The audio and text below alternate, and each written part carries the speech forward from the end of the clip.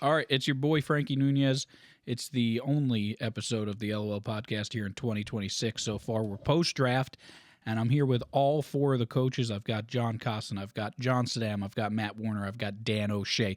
We're going to talk about the teams. We're going to talk about the rosters. We're going to talk about first-round matchups. How's everybody feeling? Amazing. Spectacular. Great. Happy to be here. Too much Taco Bell. I don't feel good. A lot of Taco Bell was going down before this. It's your boy Frankie Nuñez. We're going to ask the hard-hitting questions. I'm excited about this round table. First, we're going to start with the champion, Dan O'Shea. Dan, tell me about this roster and tell me about where you think the value was in your draft. The value was in me picking, and I picked the right guys, and we're going to win. And fuck everybody else because they're all disgusting, fat pieces of shit. And we're going to win, and that's just the bottom line. But you've commented several times on Wesley being a disgusting, fat piece of shit, and yeah, here you were that's true. picking him. That's true, yeah. Well, I've placed him in the Smokes, along with Ken Silver. He's in the Smokes boot camp right now. They're smoking a lot of crack, not meth. That's disgusting fucking Pennsylvania shit. Crack, running hills, doing all that shit, and they're getting fucking lean, mean, and we're going to fucking come at you strong. When you've got guys like Matt and Wesley on the team after a big play, thanking God, talking about how they wouldn't be here without God, like how does that make a coach like you, who's very anti-God, feel? They can fucking thank whoever they want. They can thank the Tooth Fairy, Satan, Ozzy Osbourne. Doesn't matter as long as they get touchdowns and they smoke fucking crack and we win the fucking championship. That's it. Who's the most underrated player on your roster? Matt King. Matt King. All right, we're going to move on. Before we get into your matchup, we're going to move on to the coach you're playing against, Holmes. I'm sorry, John Costin. That's Yeah. what I thought. Okay. John Costin, tell me a little bit about your roster, where you think the value is. Well, obviously, I had to play it safe. Last year, we didn't draft a quarterback. I had to fire the GM. So we played it very safe and conservative. I went with the proven commodity in Frank Samisa, Justin O'Shea, John Macca, and that's when I started rolling the dice after that. Yeah, you got James McDermott late. You got Nick Del Monte late. You got a rookie late. What do you think a guy like Nick Del Monte can bring to the table being that late in the draft? Do you think that affects his psyche? Oh, absolutely. Where he's going to be a ravaged dog coming out of the gates over there. Can't wait. I love it. All right, we're going to move on to Matt Warner. Matt, tell us a little bit about your roster, where you think the value is. I got to be honest. I was just happy with all the gentlemen who found on my lap this time around. Starting it out with Renzo, who I believe is going to be MVP probably almost every year moving forward. And then Evan, Brendan McKnight. There's just a lot of talent in the top rounds. And then I got a great amount of glue guys towards the bottom there. Holmes, what about you? Where's your roster at? Is Nick Gerasi the starting quarterback for this team? Could I first say one thing before that? Sure. I'm very surprised that as you're going around this table, these guys have to look at their phones to reference who's on their team. Because Not me. I know who's on my Dan team. has it written on pen and paper. Don't let I know who's on my team, but no, for real. It's undecided yet. I'm pretty sure we're gonna go with a 2 quarterback system with Nick Gerasi being the lead quarterback out of the Who 2. would the second be? Take your guess. Any of them. Oh, wow. Okay, gotcha. No, it would be Johnny Vega. Johnny Vega's got a good arm. We know that, and he can do it if you need him to. When you picked JJ at number 3 overall, was there anybody else on your radar, or was it JJ or bust? I was very much between Evan and JJ. I would say at the point of the draft night, Evan was not there yet. Yeah, He had showed not up late. arrived yet. I can tell you that if he had, I probably would have picked Evan. But JJ is awesome. He's been a Mothman, and he's ready to go. Now, you're playing Matt Warner in the first round. When you look at Matt Warner's roster, what stands out to you? Where do you think the matchups are that you could maybe take advantage of? What stands out in a bad way on my end, I would say Josh Panini. Panini. Josh Panini Press, he's rough. No, for real. But Renzo, I mean, he's been proving himself year after year Yeah, to be dominant. usually a big part of your team. All right, we'll move over to Matt Warner, who's playing against you in round 1. Matt Warner, when you look at Holmes's roster, what do you see that stands out to you that you guys need to be on high alert for? I mean, they got a lot of talent there. There's a lot of speed and football IQ towards the top. Generally speaking, I think we're going to be ready to play anyone, but I would always worry about JJ as a receiver. I think he's best in the league. Dan O'Shea, you're playing against John Costin's roster. Tell me a little You don't need bit. to show me. You don't need to show me. Tell me a little bit about that roster. A lot and of fat guys. lot of fat guys. Justin O'Shea. Frank obviously is, he's a very quick little fat guy, but he's, and he's got a lot going on in his little fat head, but, a lot of fat guys. Jack's not fat yet, but he'll get there. John Macca, he's pretty fucking lean, but still. And who we got? James McDermott? Yeah. He's a little chunky. He's surprisingly chunky. Kaz, you've put on a couple pounds or two. So yeah, we're fucking lean, mean. We're fucking mercurial, versatile, hostile, and we're gonna fucking dominate you guys. John Costin, tell me a little bit about this Smokes roster and what challenges they may present. Well, obviously he has the most handsome roster, excluding himself, of course, but starting with the Tully brothers there. Oh yeah. All right, so we're going to go a little more player-specific here. Matt Warner, you're going to be looking across at, as you already commented, JJ, Brian Merrick, who had such a huge performance as a rookie for them last year. But do you feel in any way like that talent is mitigated by the concept of Nick Gerasi as the quarterback, someone that you worked with last year? I've worked with Gerasi a lot of times. I think he's got a lot of talent. I think he can show up in the moment. He's had his struggles at times, but we can't take him lightly, that's for sure. Holmes, knowing that Nick Muse has given up the roadies, they're gone, and a lot of that success or lack of success was tied to Nick Gerasi at quarterback. I think he was the starting quarterback all but one time for that roster. Never got it done. What makes you think you can change that? Well, there's another factor that's at play here. Nick Muse is also on my team. No, but How can you lose? I'm nothing against Nick being a coach, but all coaches can coach different. All coaches have a different plan, and if there's the right plan, anybody can do anything. When you look across, you're going to see Renzo, Evan, and Brendan. That should look familiar because that's the nucleus of the team that beat you in the final last year. What has to be different going into this year? Well, I think the weak. I'm sorry to say, but I think the weak point of last year, what might have been our quarterback at the time. There's no question. 2 interceptions in the championship game. John Costin, when you look over, how do you control the speed of Ian Tully, Colin Tully, Wesley Sullivan, Matt King? We don't.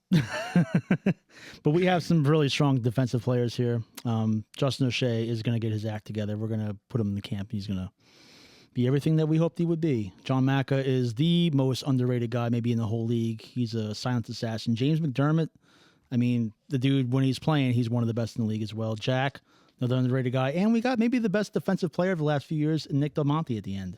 Now, Dan, when you look and you see Frank and Justin on the same team, I get that this is not 2011. Yeah, I was going to say, Robin Williams. What year is it? But these two guys have never lost together. Does that factor in at all? No, why would it factor in? That was a long time ago, and this is 2026 now, coming up to, 2026. You know the date. Yeah. It doesn't matter. That was a long time ago, and it just doesn't matter. Is there anybody on that roster you think needs special attention, needs to be looked at? Jack Suter. Jack Suter, in Jack a sense Suter, because he's one of the least fat guys on the roster, besides Macca. Do you mean he needs the extra attention in the sense that it's going to be one of your bottom half of the rosters covering him, and you think that could present matchup problems?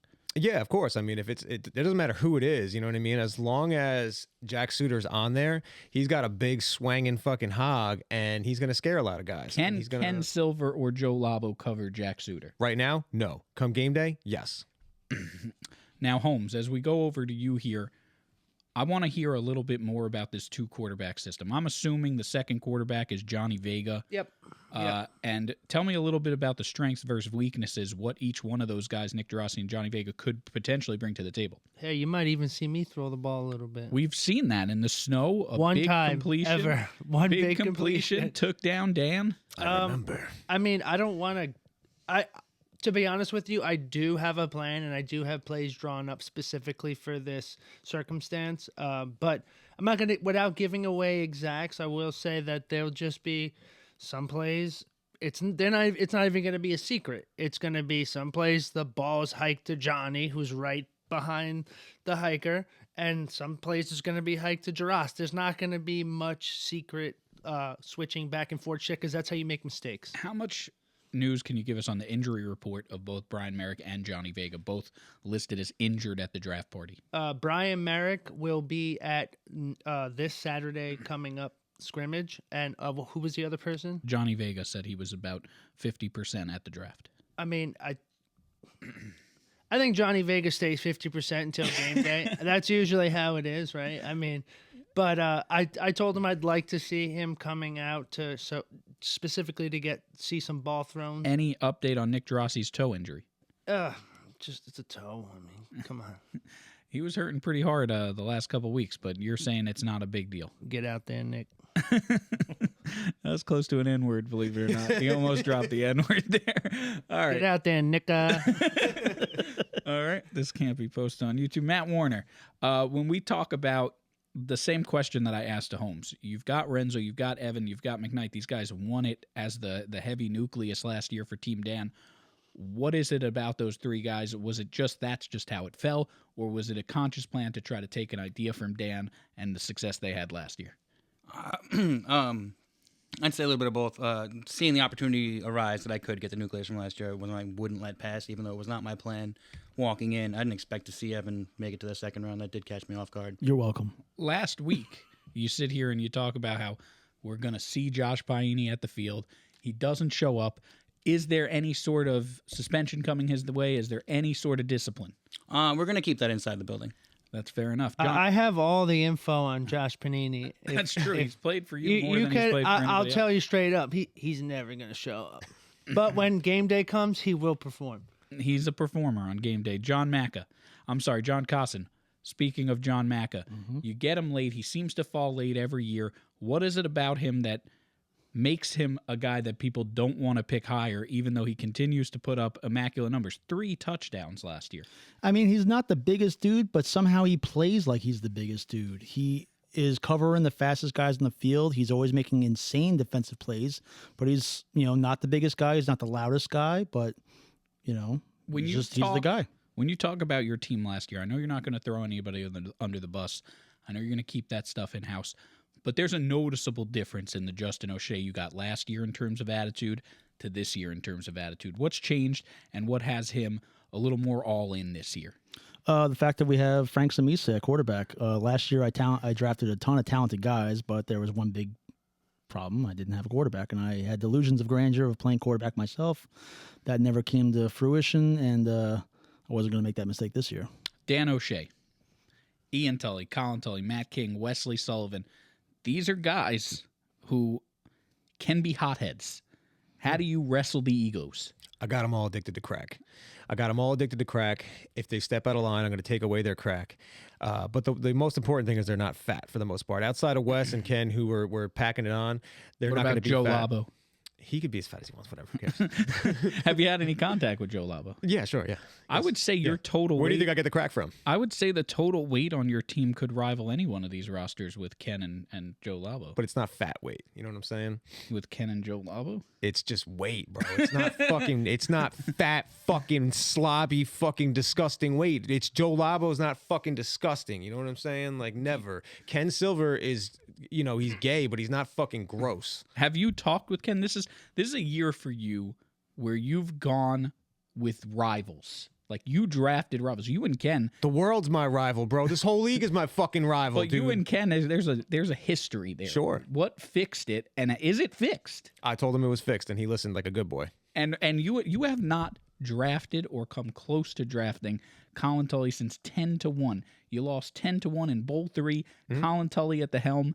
You haven't touched him since then. You lost the car keys. Yeah. What changed your mind?